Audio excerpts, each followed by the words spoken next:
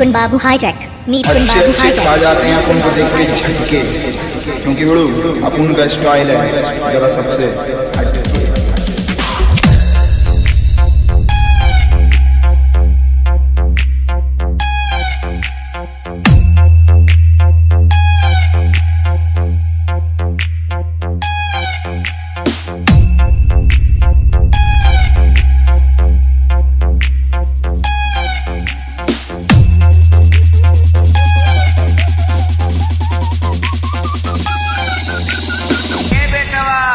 जब तू एहलाइन में गोदी में खेलत रहा तो हमारे साथे ज्ञान बांटत रहा।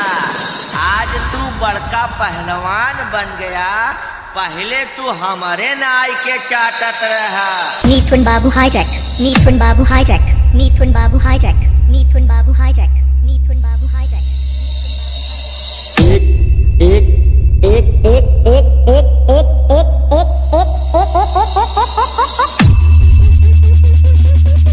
मिथुन बाबू हाईजैक, मिथुन बाबू हाईजैक, मिथुन बाबू हाईजैक।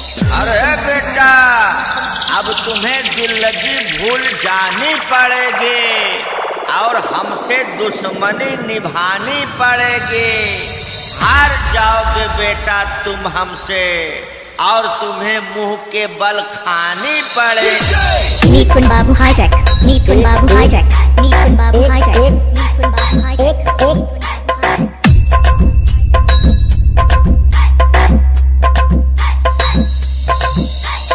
अरे इनका देखा हो इनका, अब ये कुकुरे वाला काम शुरू कर दे हैं। सूंघा बेटवा सूंघा, अगर कुछ न पावा तो अपने डीजे का धुआं ही सूंघा।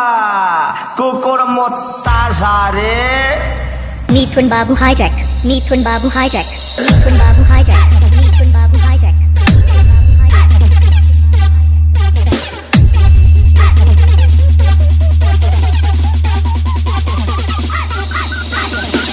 है तो हार आखरी मेला, ई मेला में तू जाब्या कायदे से रेला और फिर छूट जाई तो हार डीजे लाइन का झमेला। फिर जाई के बनबे तो बाबा आसाराम का चेला। रघुपति राघव राजा राम, इज्जत लूटै आसाराम। मिथुन बाबू हाईजैक, मिथुन बाबू हाईजैक, मिथुन बाबू हाईजैक, मिथुन बाबू हाईजैक, मिथुन बाबू हाईजैक।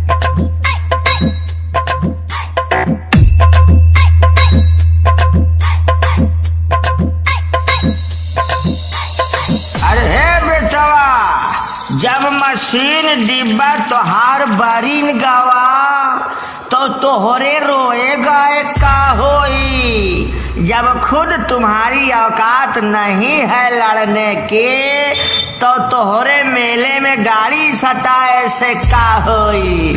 कंट्रोल।